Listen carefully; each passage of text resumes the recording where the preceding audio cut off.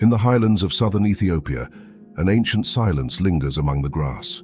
Scattered across a low ridge near the town of Tiya stand dozens of upright stone pillars, some plain, some engraved with swords, figures, and cryptic symbols.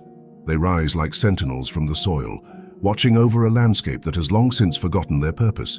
This is the site of the Tiya Megaliths, one of the most enigmatic archaeological discoveries in Africa. There are over 40 stelae at the site, ranging in height from 1 to 2 meters. Most are made of local stone, worn by time and weather, but still bearing carvings that seem to hint at stories once known.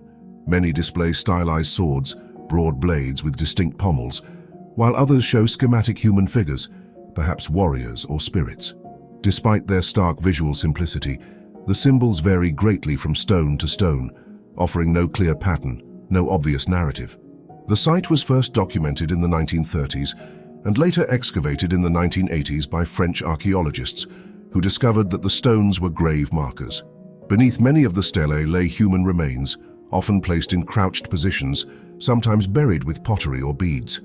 Carbon dating suggests the site was active between the 12th and 14th centuries CE, though the cultural identity of those buried here remains unknown.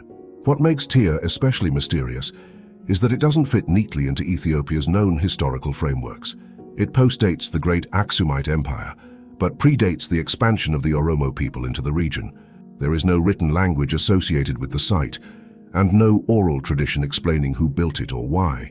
The swords carved on the stelae do not match known Ethiopian weapon styles, nor do they resemble the iconography of Christian or Islamic art, both of which were present in the region at the time. Some archaeologists believe Tiya was part of a broader megalithic tradition that once stretched across southern Ethiopia and into parts of Kenya and Sudan, evidence of a lost or poorly understood civilization that has since vanished.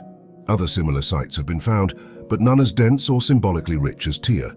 The presence of swords suggests that the buried individuals may have been warriors, or that martial strength held symbolic value in this culture.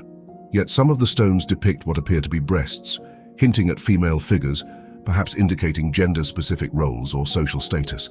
There are also geometric shapes, crescents, and crosses whose meanings remain obscure. Unlike other famous megalithic sites, such as Stonehenge or Göbekli Tepe, the Tiya stelae are intimate and human-scaled. They do not overwhelm the landscape but blend into it, clustered modestly among grass and trees. And perhaps for that reason, they feel closer, like echoes from a civilization just out of reach. UNESCO designated Tiya a World Heritage Site in 1980, recognizing it as a rare and valuable glimpse into a forgotten chapter of African prehistory. But to this day, we still don't know what language its builders spoke, what beliefs they held, or why they carved what they did. All we know is that someone, hundreds of years ago, stood on this same soil, raised these stones, and etched their legacy in symbols they believed would endure.